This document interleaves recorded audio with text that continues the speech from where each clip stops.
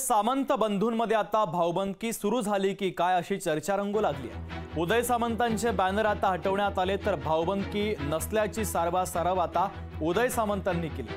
रत्नागिरीच्या उदय सामंत आणि किरण सामंत यांच्यामध्ये भाऊबंदकी सुरू झाल्याची चर्चा आहे। रत्नागिरीतल्या सामंतांच्या कार्यालयातून उदय सामंतांचे फोटो हटवण्यात आले। आता हे कार्यालय किरण सामंतांचं जनसंपर्क कार्यालय म्हणून ओळखलं जाईल असं सांगितलं जात आहे। उदय सामंतांनी मात्र हे सगळे आरोप फेटाळून लावले। एखाद्या बाबतीमध्ये दोन भावांमध्ये फूट पडली, दोन भावांमध्ये मला असं वाटतं की ही बातमी होऊ शकत नाही।